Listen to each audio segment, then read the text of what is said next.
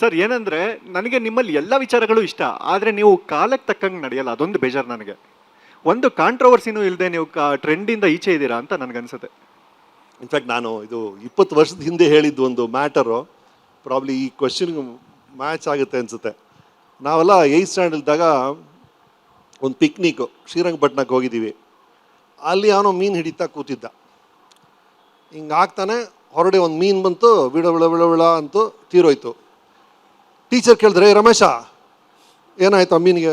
ಏನು ಸರ್, ಯಾಕೆ ಅದು ಹೋಯ್ತು? ಅದೇನು ಸರ್, ನೀರಿಂದ ಹೊರಗಡೆ ಬಂತು, ಪ್ರಾಣ ಬಿಡ್ತು ಸರ್. ಅದು ಸರಿ ಕಣೋ, ಅಲ್ಲಿ 10 ಮೀನುಗಳಿದೆ, 100 ಮೀನುಗಳಿದೆ, 1000 ಮೀನುಗಳಿದೆ, ಈ ಮೀನು ಮಾತ್ರ ಯಾಕೆ ಸಿಗಾಕೊಳ್ತು ಅಂದ. ಯಾಕೆ ಸರ್ ಅಂದ. ಎಲ್ಲ ಬಾಯಿ ಮುಚ್ಕೊಂಡು ಹೋಯ್ತು, ಇದು ಬಾಯಿ ತೆಗಿತ್ತು ಸಿಕ್ಕಾಕೊಳ್ತು ಅಂತ. ಈ ಮೈಕನ್ನು ಹಿಡಿದಾಗಲ್ಲ ಆ ಮೀನು ಬಂದು ಹೆದರಿಸ್ತಾ ಇರುತ್ತೆ, ಬಾಯಿ ತೆಗಿಬೇಡ ಸಿಕ್ಕಾಕೊಳ್ತೀಯ. ಆ ಮೀನು ಡೋಂಟ್ ಮೀನ್ ಥಿಂಗ್ಸ್ ಅಂತ ಹೇಳ್ತಾ ಇರುತ್ತೆ. ನೀವು ಸ್ವಲ್ಪ ಗಮನದಲ್ಲಿ ಇಟ್ಕೊಳ್ಳಿ, ಹಿಂದೆ ದೊಡ್ಡ ವಿಶ್ವರೂಪದಲ್ಲಿ ಕಾಣ್ತಾ ಇದೆ ಮೀನು. ಜೀವನದಲ್ಲಿ ಹೆಂಡತಿಯನ್ನ ಪ್ರೀತಿಸಬೇಕೆಂಬುದು ಅವಶ್ಯಕತೆ, ನಮ್ಮ ಹೆಂಡತಿಯನ್ನೇ ಪ್ರೀತಿಸಬೇಕೆಂಬುದು ಅನಿವಾರ್ಯತೆ ಅಲ್ವಾ? ಸೊ ನೀವು ಇಷ್ಟು ವರ್ಷ ತುಂಬ ಹ್ಯಾಪಿ ದಾಂಪತ್ಯ.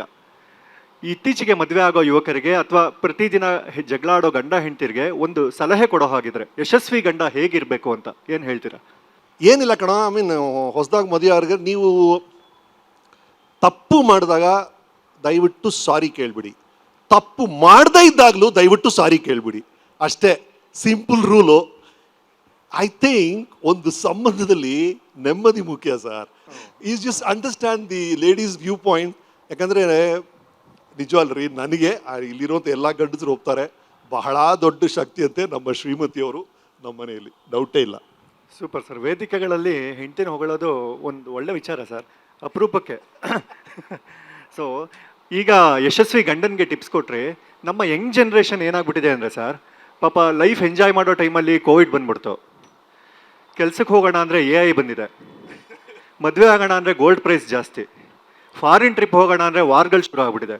ಪಾಪ ತುಂಬ ಗೊಂದಲದಲ್ಲಿದ್ದಾರೆ ಸರ್, ಏನು ಮಾಡ್ಬೋದು ಅಂತ. I don't worry about change because I am willing to change ಅನ್ನೋ ಮನೋಭಾವ ಅಷ್ಟೇ ಅದು. ನನಗೆ ಬದಲಾವಣೆ ಬಗ್ಗೆ ಅಷ್ಟು ಭಯ ಇಲ್ಲ, ಯಾಕಂದರೆ ನಾನು ಬದಲಾಗಲು ಸಿದ್ಧವಾಗಿದ್ದೇನೆ ಅನ್ನೋ ಒಂದು ರೂಲ್ ಇದ್ಬಿಟ್ರೆ I think all youngsters are safe. You want go on the serious road? Yes sir, ಎಲ್ಲ ಹೇಳಿ.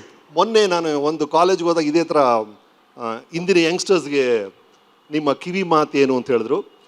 ನಾನು audience was there. I said 5 gestures ನೆನ್ಪಿಟ್ಕೊಳ್ಳಿ. First, it is the inner strength. ಹೊರಗಡೆ ಎಷ್ಟು ಲೈಕ್ ಸಿಗ್ತಾ ಇದೆ ನಿಮ್ಮ ಇನ್ಸ್ಟಾಗ್ರಾಮ್ಗೆ, ಯಾವ ಮ್ಯಾಗಝೈನ್ ಕವರಲ್ಲಿ ನೀವು ಬರ್ತಾ ಇದ್ದೀರಾ, ಮ್ಯಾಟರ್ ಆಗೋದೇ ಇಲ್ಲ. ಮ್ಯಾಟರ್ ಆಗೋದು ನಿಮ್ಮ ತಲೆ ಒಳಗೆ ಒಂದು ಕಾನ್ಸ್ಟೆಂಟ್ ಮಾತುಕತೆ ನಡೀತಾ ಇರುತ್ತಲ್ಲ, ಅಲ್ಲಿ ನೀವು ಏನೇನು ನೆಗೋಸಿಯೇಷನ್ಸ್ ಮಾಡ್ತಾ ಇದ್ದೀರಿ, ಅಲ್ಲಿ ಏನೇನು ಕಾಂಪ್ರಮೈಸ್ ಮಾಡ್ತಾ ಇದ್ದೀರಿ ಅನ್ನೋದೊಂದೇ ಮ್ಯಾಟ್ರ್ ಆಗೋದು ಲೈಫಲ್ಲಿ. ನಿಮ್ಮ ತಲೆ ಒಳಗೆ ನೀವು ಮಾಡುವಂಥ ಮಾತುಕತೆಗಳಲ್ಲಿ ಸರಿಯಾದ ವಿಷಯಗಳ ಬಗ್ಗೆ ಗಮನ ಕೊಡಿ, ತಪ್ಪಾದ ವಿಷಯಗಳಿಗೆ ಕಾಂಪ್ರಮೈಸ್ ಆಗಬೇಡಿ. ಎರಡನೇದು, ನಾನು ಈ ಥರ ಹೇಳಿದ್ದು ಅಂದರೆ, ನಿಮ್ಮ ಸ್ಕಿಲ್ಸ್ ಯಾವುದೋ ಒಂದು ರೀತಿಯಲ್ಲಿ ಒಂದು ಅಪಾರವಾದ ಎಕ್ಸ್ಪರ್ಟೈಸ್ ಒಂದಲ್ಲಿರಬೇಕು, ಸಾಧ್ಯವಾದರೆ 2-3 ಕಡೆ ಇರಬೇಕು. ಎಷ್ಟು ಸ್ಕಿಲ್ಸ್ನ ಡೆವಲಪ್ ಮಾಡ್ಕೊಳ್ತಿರೋ ಅಷ್ಟು ಸಹಾಯ ಆಗುತ್ತೆ. ಮೂರನೇದು ನಾನು ಹೇಳಿದ್ದು ದುಡ್ಡು. ನೀವು ಖರ್ಚು ಮಾಡೋದಕ್ಕಿಂತ ಜಾಸ್ತಿ ಸಂಪಾದನೆ ಮಾಡೋ ಜಾಣ್ಮೆ ನಿಮ್ಮಲ್ಲಿರಬೇಕು, ಅಥವಾ ನಿಮ್ಮ ಪರ್ಸಲ್ಲಿ ಎಷ್ಟು ದುಡ್ಡಿದೆಯೋ ಅದಕ್ಕಿಂತ ಕಮ್ಮಿ ಖರ್ಚು ಮಾಡುವ ಜಾಣ್ಮೆ ಇರಬೇಕು. ಎರಡಲ್ಲಿ ಒಂದು ಇಲ್ಲ ಅಂದರೆ ಲೈಫ್ ವಿಲ್ ಬಿ ವೆರಿ ಕ್ರೂವಲ್.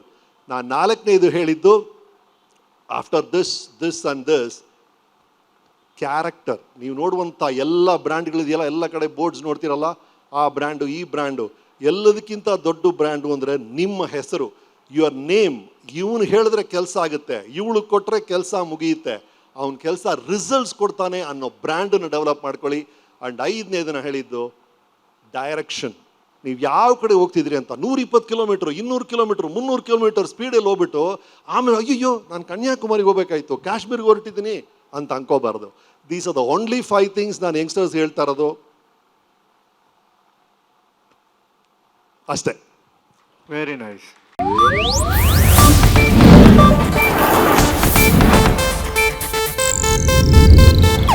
ಇದು ಏಷ್ಯಾನೆಟ್ ನ್ಯೂಸ್ ನೆಟ್ವರ್ಕ್ ಪ್ರಸ್ತುತಿ.